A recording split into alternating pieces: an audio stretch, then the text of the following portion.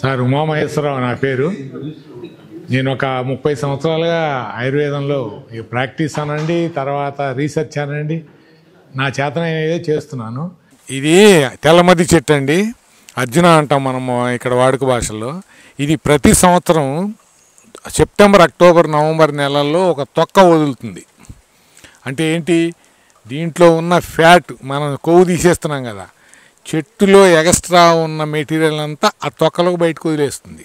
ఆ తొక్కని సేకరించుకొని పొడి చేసి అసలు వాడాల్సింది తెల్లమద్ది చెక్క పౌడర్. అది అయితే అంత చెక్క దొరకదు కాబట్టి దీనికి పెచ్చులు తీయటం, ఈ పేడు తీసి దీన్ని ఎండబెట్టి పొడి చేసి అర్జున పౌడర్ అని ఇస్తున్నారు. ఇది హార్ట్ వాల్స్లో బ్లాకేజీలను ఉండనియదు, తర్వాత రక్తాన్ని శుద్ధి చేస్తుంది.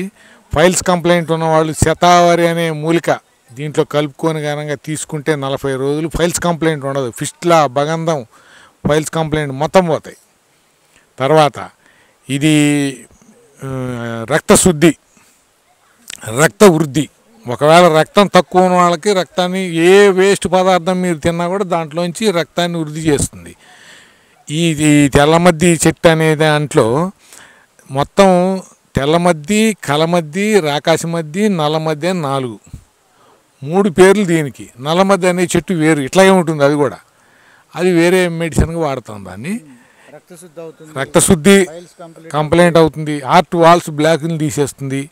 తర్వాత ఈ కొంతమందికి అనీజీనెస్ ఏంటంటే పొద్దున్నే లేవటం బతకం అని అంటుంటారు కదా, వాళ్ళు ఈ చెక్క పౌడర్ నైట్ పడుకునేటప్పుడు మజ్జిగలో కానీ పాలల్లో కానీ కలుపుకొని తాగితే ఆ మంచి నిద్ర పడుతుందండి.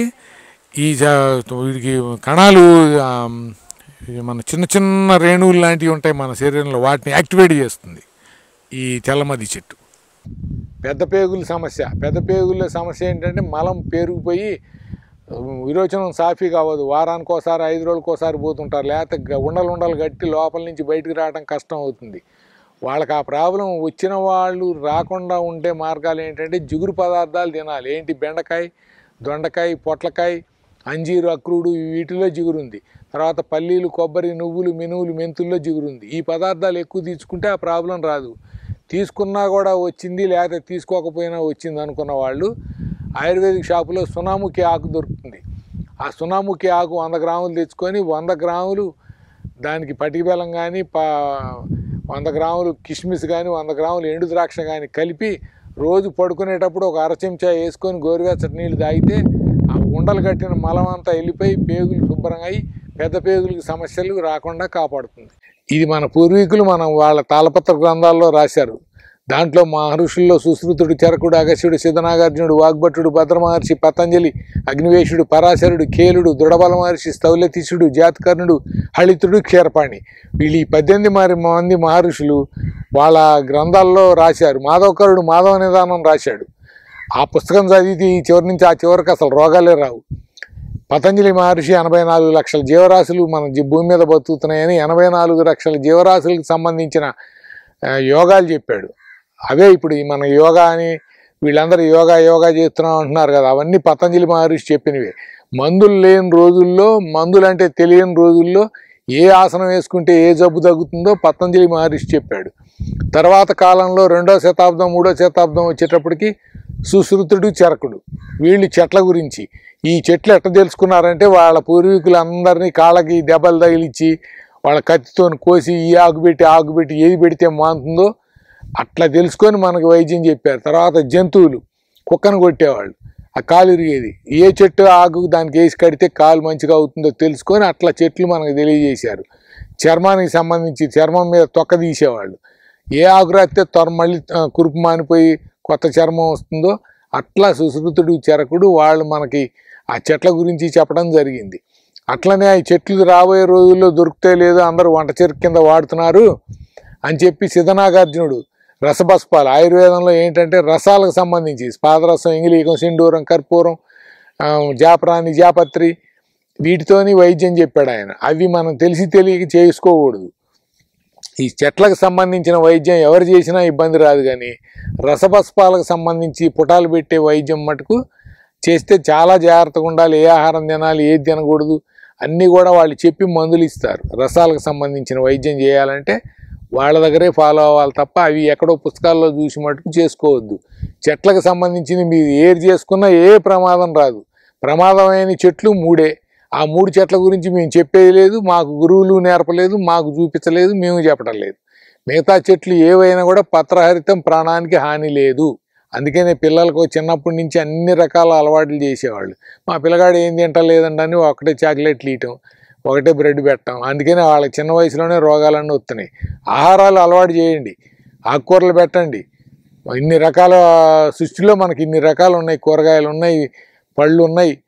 ఇవన్నీ పెట్టకుండా ఆ పిచ్చి అన్నీ పెడితే ఎదుగుదల లేదంటాము, అన్నం తింటలేదు, ఆకలి వేయట్లేదు అంటాం. చిన్న చిన్న వాటికి పిల్లగాళ్ళకి కళ్ళజోళ్ళు, చిన్నపిల్లలకి జబ్బులు, అన్నిటికీ తిరగలేక ఇబ్బంది పడుతున్నారు.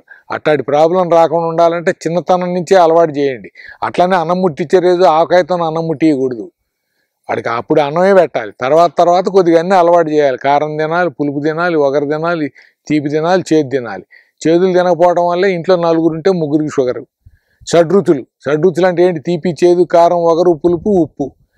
ఇవన్నీ కూడా మనకి సంవత్సరానికి ఒకసారి సంవత్సరాది పండగ చేసుకోవడానికి ఆ రోజు ఉగాది పచ్చడి చేసుకోమంటే దాంట్లో పచ్చడిలో తీసుకొచ్చి ఒకటి జీడిపప్పు వేయటం, ఒకటి అరటిపళ్ళు వేయటం, ఒకటి అది వేయటం, ఒకటి ఇది వేయటం వేయకూడదు. ఏవైతే మన పూర్వీకులు చేశారో అవే వాడాలి. కొత్త చింతపండు, చెరుగడ ముక్క, మామిడి పిందెలు, వేపపూత, సైంధవలవణం, మిరియాలు ఇవే వాడాలి. చేదు, తీపి, కారం, వగరు, పులుపు, ఉప్పు కోసం అవే వాడాలి, కానీ వేరే పదార్థాలు ఏవి వేయకూడదు. దాంట్లో తీసుకొచ్చి జీడిపప్పు వేయకూడదు, దాంట్లో తెచ్చి అరటిపళ్ళు వేయకూడదు, దాంట్లో తెచ్చి యాపిల్ వేయకూడదు, దాంట్లో తెచ్చి మందు కలుపుకోకూడదు. పూర్వీకులు ఏం చేశారో మనం అవే చేయాలి. ఆ షడ్రుచులు పచ్చడి అనేది నెలకోసారి చేసుకున్న వాళ్ళకి అసలు ఏ రోగాలు రావు. 2 రోజులకు 3 రోజులు చేసుకునేవాడికి అసలు ఎవరితోని పనే లేదు. వాడికి ఉన్నంతకాలం, బతికినంతకాలం అనారోగ్యం లేని జీవితం గడపచ్చు. ఆయుర్వేద, గిరిజన మూలిక మరియు పారంపర వైద్యం చేసే ప్రతి ఒక్కరూ మా ఛానల్ ద్వారా మీ విద్యను ప్రజలకు తెలపాలనుకుంటే మా నంబర్కి కాల్ లేదా వాట్సాప్ చేయండి. మీ దగ్గర ఉన్న ఆయుర్వేద మరియు హెర్బల్ ప్రొడక్ట్స్లను మా ఛానల్ ద్వారా ప్రజల్లోకి తీసుకువెళ్తాం. స్క్రీన్పై కనిపిస్తున్న నెంబర్కి కాల్ చేయండి లేదా మీ వివరాలు మాకు మెయిల్ ద్వారా పంపండి. మా మెయిల్ ఐడి wahinimedia@gmail.com. ఈ వీడియో కనుక మీకు నచ్చినట్లయితే లైక్ చేయండి, షేర్ చేయండి. మరిన్ని వీడియోస్ కోసం మా ఛానల్ని సబ్స్క్రైబ్ చేయండి. మీ అభిప్రాయాలు మాకు కామెంట్స్ రూపంలో చెప్పండి. మరిన్ని వీడియోస్ కోసం మా ఛానల్ని సబ్స్క్రైబ్ చేయండి.